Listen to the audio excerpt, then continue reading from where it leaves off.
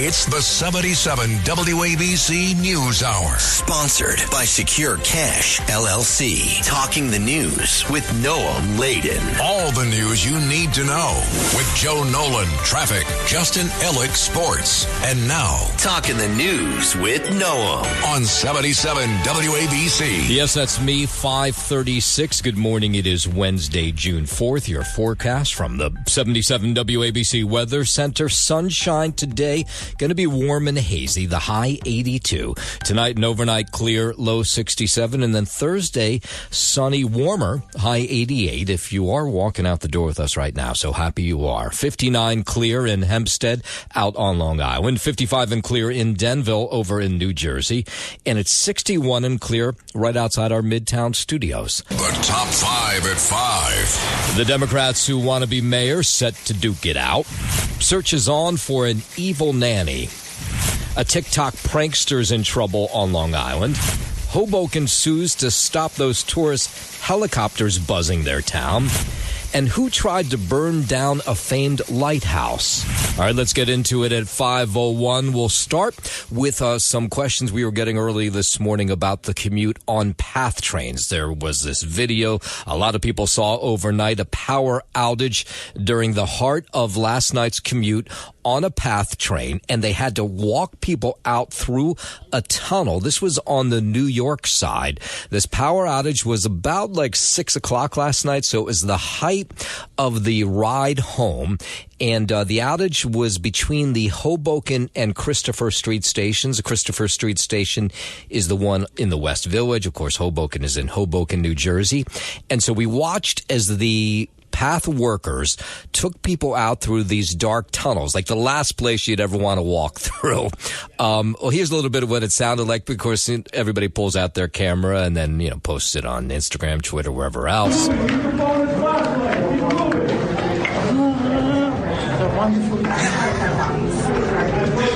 Yeah. I mean, the people just sort of yelling and screaming as this one person was taking people back and forth off the train out of the tunnel. The good news is everybody is okay. Power was restored last night. So as of right now, between Hoboken and 33rd Street, that's the line that was affected last night. Everything seems to be working just fine. There were some issues with the Newark World Trade Center. Not sure if that was related to the electricity problems. Everything is fine there as well. But what we were told was that when people came up to the surface, there were EMS workers waiting for them. And some of them did take aid from those EMS workers, but we're not told of any serious injuries. It might just people who were completely freaked out about walking through a dark tunnel on the PATH train. I can understand that. 5:02. Newark, New Jersey's mayor suing the interim U.S. attorney for New Jersey, Alina Habba. The mayor of Newark, New Jersey, has filed a federal lawsuit against interim U.S. attorney for New Jersey, Alina Habba, accusing her of defamation and false arrest. The reality is I didn't break any law. I was asked to leave the property, like he said, and guess what? I left. There's a video that shows that I left the property. It's not even their property. Baraka was taken into custody outside an ICE detention center last month when he and members of Congress demanded answers about the facility's conditions. He was charged with trespassing, but the case was later dropped by Habba. I'm Lisa Ritchie for 77 WABC News. And a judge is extending now a temporary restraining order blocking ICE from operating at Rikers Island. At a Manhattan hearing Tuesday morning, State Supreme Court Judge Mary Rosado hinted she may rule within the next week whether to halt Mayor Adams' plan to allow an ICE office at the jail complex indefinitely. City council members say ICE agents on Rikers would violate the city's sanctuary laws, and they say Adams only agreed to the move to get federal charges dropped against him. Mayor Adams argues ICE would help keep violent criminals and gang members off the streets. James Flippin for 77 WABC News. WABC News Time 5:04. Yesterday, former Governor Andrew Cuomo told the New York Times that now he regrets his decision to resign nearly 4 years ago after allegations of sexual harassment among women working for the state. He told the New York Times that staying in office rather than resigning would have been better for the state of New York. And over the last couple of weeks and over the last couple of months, the mayor or the former governor, continues to be in the leader of the pack in these polls for mayor here in New York. He's racked up a whole bunch of union endorsements, but he's also, of course, drawing lots of fire from his opponents in the race. One of them is Mayor Adams, who's no longer running as a Democrat. He's running as an independent, but he blames Andrew Cuomo for a lot of the problems the city's having. He says he's the one that brought things in like bail reform. And here was the Mayor Adams, yesterday during a press conference. I had to correct what he put in place. And now he reached a point that, he would say any and everything to get elected. And Cuomo admitted in this article to the New York Times that until recently, he had not lived in New York City since 1990. So lots of campaigns jumping on that part of the story yesterday. Brad Lander's campaign says that explains why the wannabe mayor of the Big Apple is so out of touch with everyday New Yorkers. Assemblyman Zohran Mamdani, who was polling second to the former governor in all the polls, is surprised by this as well. He seems to be afraid of the city.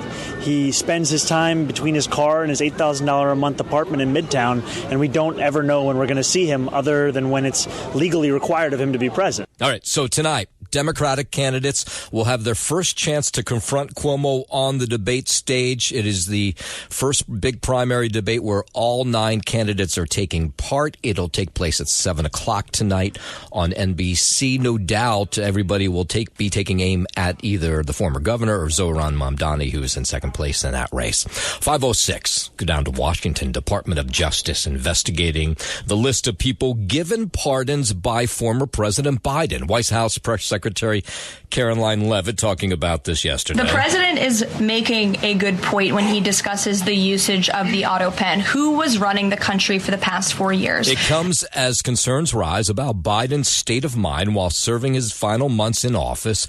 Pardon attorney Ed Martin will reportedly lead these reviews to see if staffers took advantage of the former president. Now, Biden granted clemency and pardoned over 1,500 people in his final weeks, including members of his family, some death row inmates. President Trump has accused the former administration of using that auto pen to sign documents, including pardons. Perhaps those documents were signed with the auto pen, something that I believe the Department of Justice is looking into. As you saw, Ed Martin made an announcement at the Department of Justice this morning to launch an investigation because the American people deserve answers. It was a huge issue that sent the president back to this White House. The Americans saw with their own eyes a mentally incompetent president, and they want answers for that, and the president believes they should have. WABC News Time 5:09. So Michigan's Governor Gretchen Whitmer says she talked to President Trump after he said last week he'd consider pardons for 2 men who planned to kidnap her. This was at the height of the COVID pandemic. They were upset with her for imposing COVID restrictions. I will just confirm that I have connected with the president directly on this subject and made my thoughts known. Whitmer also told reporters yesterday she hopes the president will take some of those things into consideration when he makes a decision about a pardon. Hopefully he'll take some of those things into consideration when he makes a decision. Yeah, I think I just said that. The leader of the kidnapping scheme is serving a 20-year sentence in federal prison, while another was sentenced to 16 years behind bars. More than a dozen men were charged in this 2020 kidnapping plot, but only 6 faced federal charges. 5:10. Meanwhile, the president not backing down, not backing away from his trade war despite some legal battles. And after an international agency sharply cut its forecast for U.S. economic growth, correspondent Christine Romans has more. The president late Monday posting online that without the ability to counter tariffs from other nations, our country doesn't have even a small chance of economic survival. And yesterday, the White House asking multiple courts to keep the strict tariffs against many U.S. trading partners in place. So this new 50% tariff on steel and aluminum imports is set to take effect today. And the Organization for Economic Cooperation and Development has downgraded its predictions for U.S. growth this year from 2.2% to 1.6%. The president's latest round on steel set to go into effect tomorrow. That analysts say That's actually today, but here we go. A group representing 38 countries, including the U.S., sharply cutting its forecast for U.S. economic growth because of tariff uncertainty. 5 5:11. Family members of the man charged in the fire attack on those pro-Israel demonstrators in Boulder, Colorado on Sunday afternoon, they've now been arrested by ICE. This meaning his wife and kids. Homeland Security Secretary Kristi Noem said the wife and 5 children of Mohammed Sabri Soliman were taken into custody to find out if they were at all involved in this attack. If they had any knowledge of it or if they provided support to it. That they're being processed and expedited for removal. That's what we're being told. Soliman is in the country illegally from Egypt. He faces federal state charges after at least 12 people were seriously hurt in that flame-throwing attack. He had a flamethrower, was shooting it at people in this pro-Israel demonstration on Sunday afternoon. Today, the Department of Homeland Security and ICE are taking the family of suspected Boulder, Colorado terrorist and illegal alien Mohammed Soliman into ICE custody. Soliman dressed as a gardener to get close to these protesters when he used that makeshift flamethrower and Molotov cocktails. 2 of those people hurt in that attack still in critical condition. And the White House pushing back against this, saying, well, not against the attack, obviously, but they're saying this was all pure evil, and they continue to blame the failed immigration policies of President Biden that let people like this get into the country. According to the Department of Homeland Security, the Boulder suspect is an Egyptian national who was in the United States illegally. He entered the U.S. during the Biden administration in August 2022 on a B-2 visa until it expired. Yeah, and the wild part you might have heard is one of the people who is in the hospital recovering from this attack is a Holocaust survivor. 5:13. Ukraine now claims it has launched this underwater attack that damaged the Kerch Bridge, which links occupied Crimea to Russia. Correspondent Keir Simons has more. Ukrainian special forces saying that it planted explosives around the pillars of that bridge, 1,000 kilograms of explosives. Ukrainians saying that would be another blow to Russian prestige. It follows this Ukrainian drone attack over the weekend that damaged, destroyed a number of Russian warplanes. Delegations from Russia and Ukraine, they met yesterday in Istanbul, agreed to exchange more prisoners of war and return the bodies of dead soldiers, but there was no breakthrough at all on a peace agreement. Ceasefire talks yesterday ended without a ceasefire. The Russians issuing a number of uncompromising demands. And overnight, more strikes on both sides left a number of particularly Ukrainians dead. Yeah, no sign that this war is winding down. 5:13, let's go from Ukraine over to Italy. Mount Etna, do you see the eruptions there in Sicily? Largest eruption in years. A bunch of U.S. tourists were right near the volcano taking a tour of it when they witnessed the eruption. This is a couple in Italy on vacation, Keith and Kristen Neiswender. I don't know why I told you their names, but here they are. It's going right now. Yeah. I mean, this morning was the most astounding thing I've ever seen in my life. Italy's National Institute of Geophysics and Volcanology says the eruption by Europe's most, who knew there was such a thing, by Europe's most active volcano was caused when part of the southeast crater just collapsed, resulting in these hot lava flows. Correspondent Molly Hunter reports that Etna eruption sent another tourist group scrambling. This is called touching the impossible, this Mount Etna tour guide says, racing his group to safety. We're 2 steps away. Look at this. The mushroom cloud behind them ballooning above Sicily's highest peak, the column of smoke shooting more than 20,000 feet in the air, sending smoke, ash, and rock for miles. Yeah, so now what we're being told, the activity there has appeared to ease up and apparently posing no danger to the local surrounding towns. 5:15.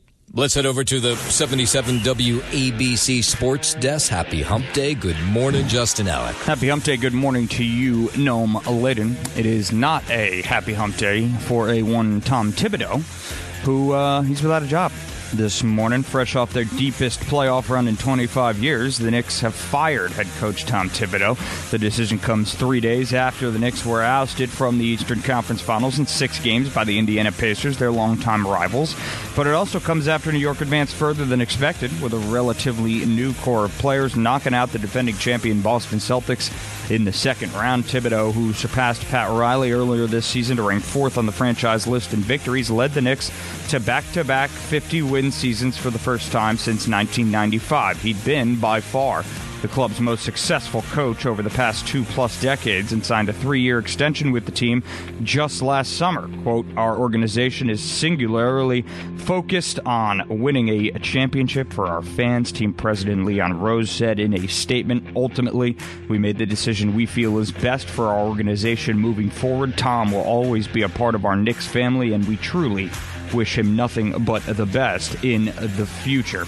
So Tom Thibodeau exits, and now the Knicks, they are in search of a new head coach. A lot of people pointing the finger there at Leon Rose. Maybe he's the guy that should have been the scapegoat here. But again, it usually turns out to be the head coach that hits the streets to the diamond. It's a prime job. I mean, I would think everybody in basketball would want that gig, no? Yeah, but if you're looking at it and you're saying, well, no head coach has survived there for more than 2 or 3 seasons at a time. Yeah, but it doesn't matter. You play in New York, and then you can kind of coach wherever the hell you want to. I know that. Yes, true. But Thibodeau was already really a well-established head coach in the NBA. True. Yeah. I would imagine, unless Sid Rosenberg this morning was throwing around the name of Jay Wright, the former head coach at Villanova University. How about that? That'd be interesting. I'd like that. That'd be really interesting. Obviously, you have a lot of former Villanova guys on the team now that did play for a Coach Wright. I think that would be sort of a dream scenario for a lot of those guys. But, I know Jalen Brunson was a fan of Tom Thibodeau's, and, he's probably a little upset to see him go. But we'll see who they're in search for. But you're fired. Yeah, he is fired. You're fired. Yeah, indeed. Thank you, Mr. President. But it could be a recognizable name. One that's been tossed around the league, bounced around the league a bunch. A name like Tom Thibodeau was a few years back when the Knicks brought him into town.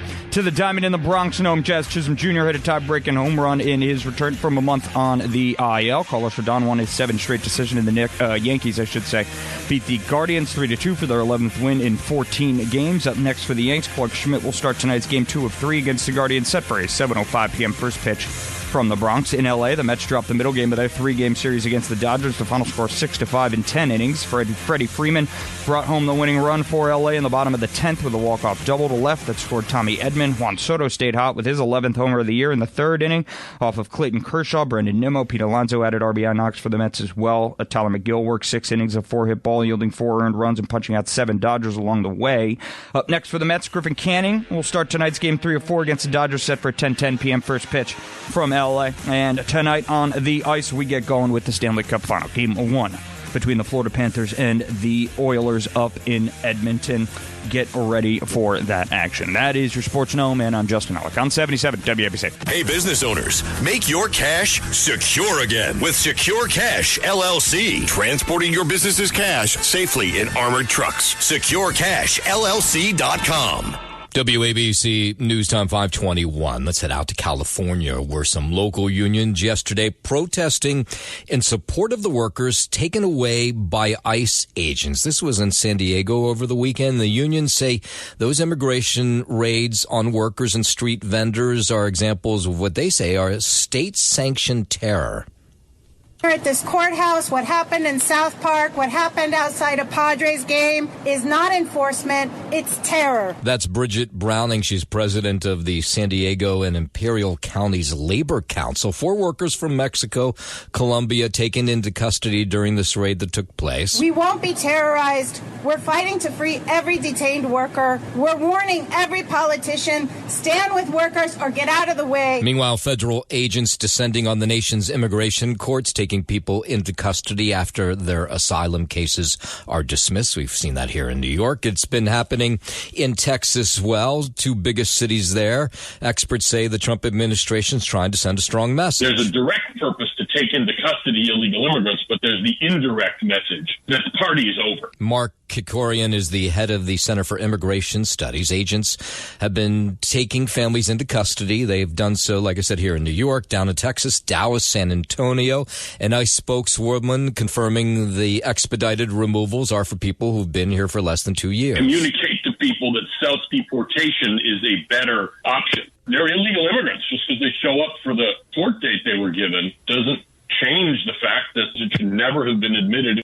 Now, here in New York, the NYPD told not to work hand-in-hand with ICE. Down in Texas, the sheriffs there will be forced to work hand-in-hand with federal agents. It's a movement to identify and deport illegal immigrants who are found in county jail. Sheriffs will be mandated to cooperate with ICE and sign administrative warrants to illegal immigrants and then turn them over to ICE. So deputies will get training on how to spot non-citizens during the booking process. It allows state and local law enforcement to keep illegal aliens in their jail and wait for ICE to come pick them up. It's just asking local law enforcement to identify people that are in their custody that are illegal aliens. Now, there's a fair amount of people who are against this move. They say the fear will lead to they fear that this will lead to racial profiling. 523 down in Washington, not all Senate Republicans are on board with President Trump's so-called big, beautiful bill. Kentucky Senator Rand Paul says he's a no unless the bill is changed to cut down the deficit even more. But it takes 4 people with courage, and 4 people with courage can make the bill into anything we want it to.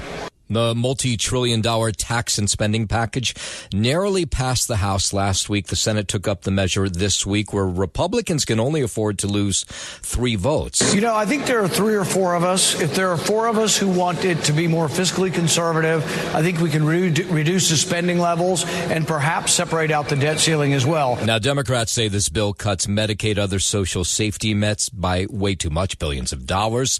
Elon Musk's criticism of the big, beautiful bill is being downplayed by the White House. In a post on X, Musk calls the bill a disgusting abomination. Look, the president already knows where Elon Musk stood on this bill. It doesn't change the president's opinion. This is one big, beautiful bill, and he's sticking to it. Now, one of the arguments for Democrats is some rural communities will lose out if there's major cuts to Medicaid. Here's the head of the San Luis Valley Health CEO. This is in Colorado, one of these remote areas, says if Medicaid cuts are made there, it could be tough for some of the patients. We just, as a rural hospital, would not have the resources to take care of them. The system is very, very critical and important for patients. And for rural hospitals, it's essential for their survival. Think of the number of tourists and visitors who count on our healthcare system being there when they just visit. Yeah, 525. Defense Secretary Pete Hegseth reportedly ordering the Navy now to remove Harvey Milk's name from a supply ship. A defense official confirmed the plans to military.com and said the timing during Pride Month was intentional. Milk, a pioneering gay rights advocate, served in the Navy during the Korean War, but was discharged due to his sexual orientation. He was a member of the San Francisco Board of Supervisors when he was assassinated in 1978. At the time, Milk was opposing a statewide ballot measure to fire gay teachers. I'm Dina Kodiak. 525, President Trump threatening to fine the state of California for allowing a transgender athlete to compete in a girls' track meet over the weekend. Julie Hamill heads the California Justice Center and says it's about time. It's an indication that we're about to see some heavy artillery from the DOJ drop in California. She hopes the president's tough talk will convince California lawmakers to repeal a section of the state's education code which allows biological males to compete in girls' sports. Now, a teenage transgender athlete won 2 gold medals and a silver medal in last week's track meet and field championships in California. It's always a good thing when Donald Trump himself says something, because that means there's going to be swift action. And we'll have to wait and see. 526, by the way, California Governor Gavin Newsom has said he's on board with Donald Trump. He doesn't think biological males should be allowed to compete in women's sports.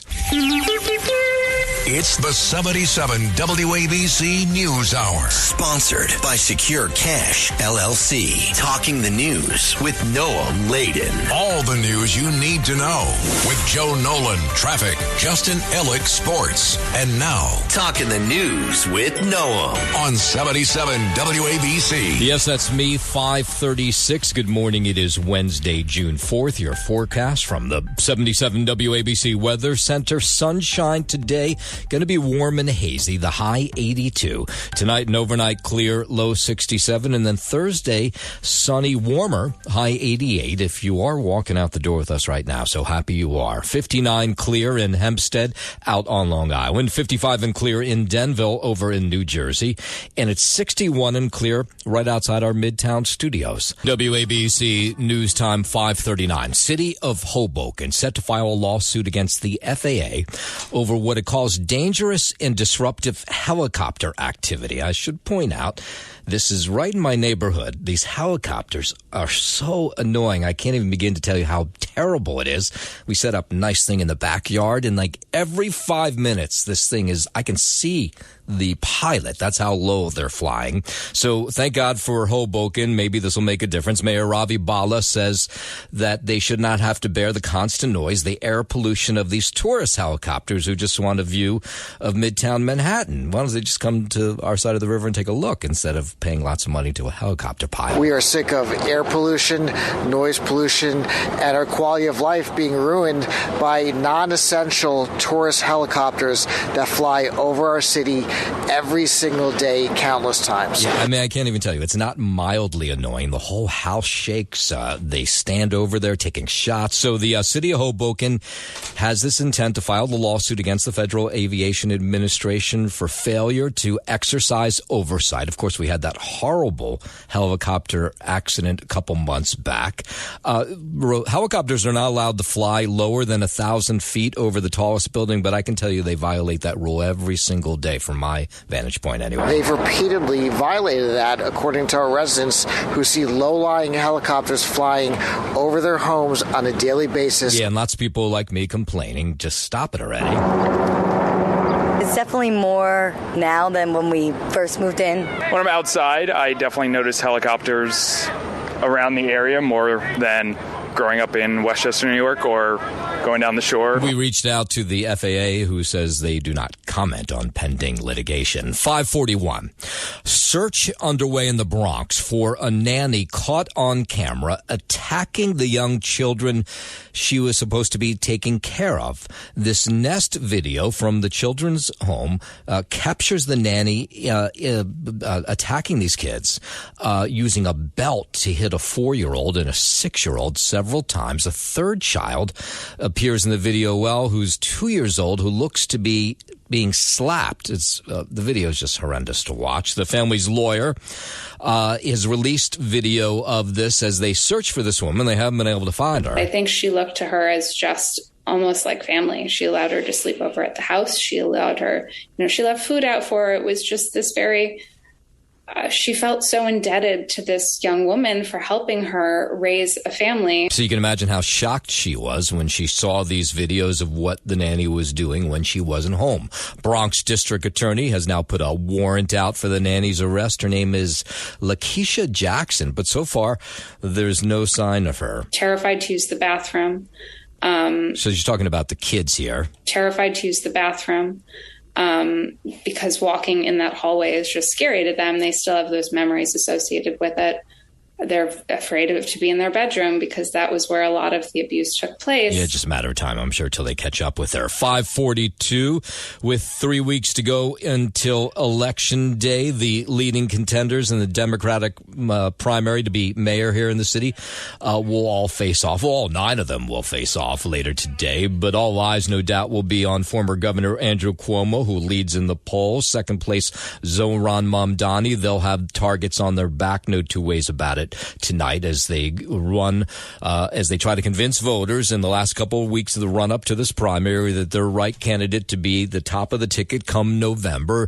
Zohran Mamdani, he's the Queens Assemblyman who's running second in the polls. He had this back and forth with Republican City Councilwoman Vicky Palladino over the last couple of days, who took to social media to call him a radical leftist who hates everything about the country. She also said that he should be deported. Now, he is originally from Uganda, but he is a U.S. citizen and has been since 2018. To have a sitting elected official call for me to be deported is a glimpse into Trump's America and what it means to be an immigrant in this city and in this country. It's reminiscent of what Donald Trump did to Barack Obama.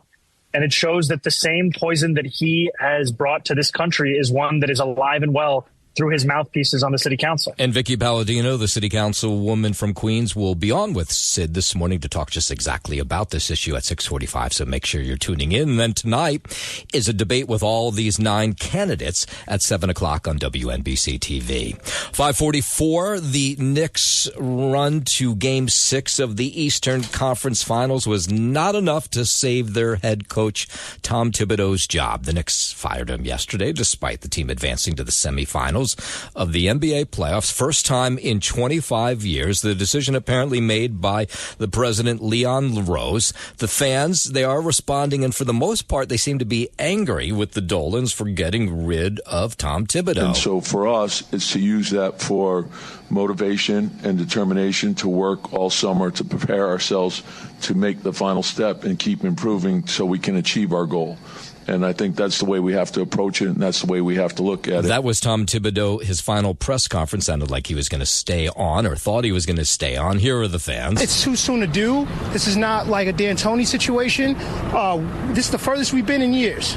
So to cut him out and we don't see what next year look like, we could be shooting ourselves in the foot. Yeah, so the fans upset for the most part. And I feel like he brought us to, an Eastern Conference final, and then we're going to get rid of him. I think he's definitely almost wholly responsible for the culture change that we've experienced. So it's a little disappointing not to see him carry us the rest of the way. Yeah, that would seem to be the thought on social media as well. 5:45. Let's get more on this. Let's head over to the 77 WABC Sports Desk. Justin Ellick. The fans, anyway, in Midtown yesterday seemed to be pretty upset that Tom Thibodeau was given the boot by the Knicks yesterday. Well, yeah, I don't think it was the right move. Guy was... not arguably. He's got to be the most successful coach you had of recent date, last couple of decades. And, I mean, it sucks. I mean, I think it would have to mean that there's something going on in that locker room, maybe a couple of guys that weren't the biggest fans of Tom Thibodeau and the way... there was a lot of speculation over the course of the season about the amount he was using his starters, not going to his bench, and maybe there were a couple of guys on that team that would have enjoyed a little bit more rest throughout the year and thought that might have paid off, but who knows? I mean, I know for sure that superstar Jalen Brunson was a big fan of Tom's, and we'll see where they go from here. But yes, the Knicks have fired head coach Tom Thibodeau, obviously coming 3 days after they were ousted from the Eastern Conference Finals in 6 games by the Indiana Pacers, their longtime rivals. But they did advance further than expected with that relatively new core of players, knocking out the defending champion Boston Celtics in the second round. Thibodeau, that is, surpassed Pat Riley earlier this season to rank 4th on the franchise list in victories, led the Knicks to back-to-back 50-win seasons for the first time since '95. He had been, by far, their most successful coach the last couple of decades, like I said, and he signed that 3-year extension with the team just last summer. Leon Rose releasing a statement yesterday saying, we feel this is best for our organization moving forward. Tom will always be part of our Knicks family, and we truly wish him nothing but the best in the future. We'll see where the Knicks decide to go from here. Red Auerbach, is he still alive? No. How about Chuck Daly? Is Chuck Daly still alive? I don't know. Is he? I don't know. I'm just thinking of good coaches in the past. Larry Brown. Yeah, but if you have to ask the question, Noam Layden, are they still alive or not? Maybe they're not. Maybe they're not the right guy for the job. I'm thinking of great coaches in the past. Phil Jackson, he's still around. Yeah, I think he's with Miami still. I think John Wooden. Let's get right. Might as well. He never lost. Yeah, look what he did for UCLA. Sure. Chuck Daly's dead. There you go. Okay, sorry. Chuck. Almost about 20 Deader years. than dead. Lenny Wilkins is still alive. I don't know. Call up St. John's. Get why can't Rick Pitino do both jobs? Red Holzman. Go from coaching the Johnnies. Oh, that could be fun. And then come and just coach the Knicks, right? You can do both at the same time. Yeah, why not? Yeah, Good news. Lenny's alive. Oh, he is. Good. He's only 87, so he'll sit perfectly. Wait, Doc Rivers, he's still coaching, no? Yes, he is. Okay. And he's been all over the place. But I don't know. Don't you want somebody sort of newer? With a voice? Yeah. He can't even speak anymore. Right, exactly. Yeah, exactly. It's that Doc Rivers. Doc Rivers. I don't know. We'll see where they go from here. Okay. But I'm sure names will start trickling in. We were almost in that series for a while. I got players. in the coming weeks. We'll start to see some names trickle on in. To the diamond here, the Yanks, they won again 3-2, beating the Guardians for their 11th win in 14 games. Up next for them, Clark Schmidt will start tonight's game 2 of 3 against Cleveland, set for 7:05 p.m. first pitch from the Bronx. And out in L.A., the Mets dropped the middle game of their 3-game series against the Dodgers. Final score 6-5 in 10 innings. Freddie Freeman with the walk-off there. Juan Soto stayed hot with his 11th homer of the year in the 3rd inning off Clayton Kershaw. Up next for the Mets, Griffin Canning will start tonight's game 3 of 4 against the Dodgers, set for a 10:10 p.m. first pitch from L.A. And on the ice tonight, we're getting going with the Stanley Cup Finals, Game 1 between the Florida Panthers and the Oilers. That'll be up in Edmonton. Once again tonight, 8 p.m. puck drop. That is your Sports Gnome, and I'm Justin Alex, 77 WABC. WABC News Time 5:51. A witness in the Sean Diddy Combs sex trafficking trial says Diddy paid big money to hide a video allegedly showing him beating up Cassie Ventura. Los Angeles hotel security supervisor Eddie Garcia said in court Tuesday that Diddy gave him a paper bag containing $100,000 in cash for what Diddy believed was the only copy of the video showing him attacking his ex, Cassie Ventura. Garcia added that Diddy feared he would be ruined if that video got out, which it eventually did and went viral. Diddy has pleaded not guilty to sex trafficking and other charges. He faces life in prison if convicted. James Flippin for 77 WABC News. Early voting getting underway in New Jersey. The primary race there for governor. It's crowded, at least 11 candidates. But New Jerseyans starting to weed out the field this week, even though they're not familiar with all the candidates. With that many candidates, yeah, I hope someone starts, maybe even on like Facebook and like the television and like putting on social media, starts pushing it because I live there, my taxes go there, so I should know. It's really ignorant for me to say I don't. Not of the bunch. Unfortunately, we don't have too many good Republican nods this year. 6 Democrats vying to be the party's candidate, while 5 Republicans giving it their best shot. Polls are open every day through Sunday before they close on Monday and then reopen Tuesday for the actual primary. I'm looking for people to be in touch with the taxpayers, the people that fund everything. And that's the biggest problem is, they are so out of touch with what New Jersey voters want that they forget. Yeah, I hope someone comes through and I hope someone actually gives a sound plan on what they want to do. Like, I want to see evidence. Someone who's going to take care and get rid of a lot of the illegal immigrants. Some of the stuff that President Trump had kind of rolled back for rights for women, things like that, that's not cool. And, the LGBT community, that's important to me. We need to defend them. Now, polls ahead of the race show that the economy, far and away the number one topic for people casting their ballots this week. Up to Westchester County at 5:53, where police are releasing photos of 4 men in Saturday's arson, fire, and vandalism spree that occurred at the Terrytown Lighthouse in Sleepy Hollow. Terrence Raynars with the Westchester County Department of Safety. He confirmed they are currently processing fingerprints from the incident. Behind me, you can see the door, and there's some black powder substance on the door. That's a powder that's used to raise fingerprints that may have been left by perpetrators of the crime. In addition to that, we did discover initially some video footage. Yeah, I was looking at video footage yesterday. Burnt debris, broken furniture, the smell of fire, smoke in the air. Officials say that the initial estimate to fix all that's wrong with this famed lighthouse is around $100,000. Probably be a whole lot more than that. Police still searching for anybody who may have tips on who was involved. It's disappointing, and it's heartbreaking to see this kind of damage that was just completely unnecessary. Yeah, so this lighthouse has resided on the Hudson River East Shore. It goes back to 1883, designated on the National Register of Historic Places as a place where tours go. Here was a tourist there yesterday. But people do have to take some responsibility. This is a really important landmark for the area, so we all really do care about this location. And as of last night, they were asking for anybody who may have tips on anything of what may have happened in this fire to give them a holler. 5:54, let's go out to Long Island, where a man's been arrested in connection with a series of social media pranks, all connected to his TikTok feed. He would be a menace to people and then put it up on TikTok, and of course he would gain lots of followers. followers. His name's Kyle Vasquez, but he goes by Tommy Tough Knuckles, okay? So he dumped a big container of eggs over his head in front of an entrance to Ralph's Italian Isis in Center Reach, and that got like hundreds of thousands of views. So he said, okay, let me do this at another place. So he showed up at a Chinese restaurant not far from Ralph's Italian Ice Shop, walked inside and poured a bucket of beans over his head. Now, both times he left without cleaning up the mess. Well, here's what it sounded like on his TikTok feed. I'm Tommy Tough Knuckles, and I'm the reason why these egg prices are so high. I just hit 25K. Bean challenge. Okay.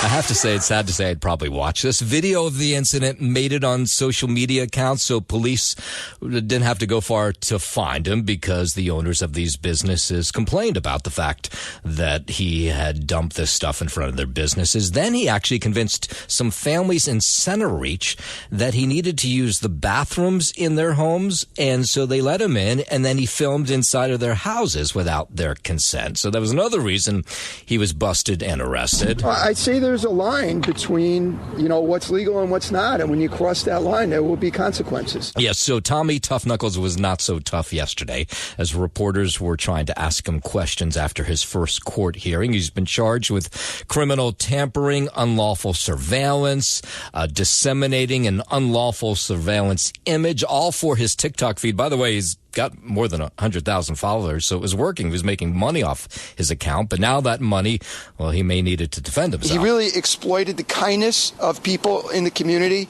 for his own benefit. He makes money off this, so that's ultimately why he's doing it, and a lot of those dollars are going to have to go to court costs, I'm sure. Yeah, I like his name, though, Tommy Tough Knuckles. 5:57, traffic. Transit on the 7s. Here's Joe Nolan. I imagine in jail he's not going to be Tommy Tough Knuckles, though. I imagine that's probably... We could probably come up with a better nickname for him once he gets behind bars. I'm just guessing. Right. Thanks for listening to the News Hour with Noam Laden. You can hear the News Hour with Noam Laden weekday mornings at 5 on 77 WABC. If you like the podcast, share it with your friends and listen anytime at WABCRadio.com and download the WABC Radio app. Hit that subscribe button on all major podcast platforms. Plus, follow WABC on social on Instagram, TikTok, Facebook, and X. See you next time for a new episode so you never have to wonder. What the heck is going on here? Hello, folks. Larry Kudlow here. Pay attention, because China is leading the largest anti-American alliance since World War II. One that's already dumped U.S. bonds, grabbed 43 million acres of our farmland, and is plotting to dethrone the dollar. That's why IRA and 401k savers are protecting their savings with gold. Please go to freegoldguide.com/Kudlow or just call 800-621-3908 for your free gold guide on how to protect your wealth with gold 100% tax-free.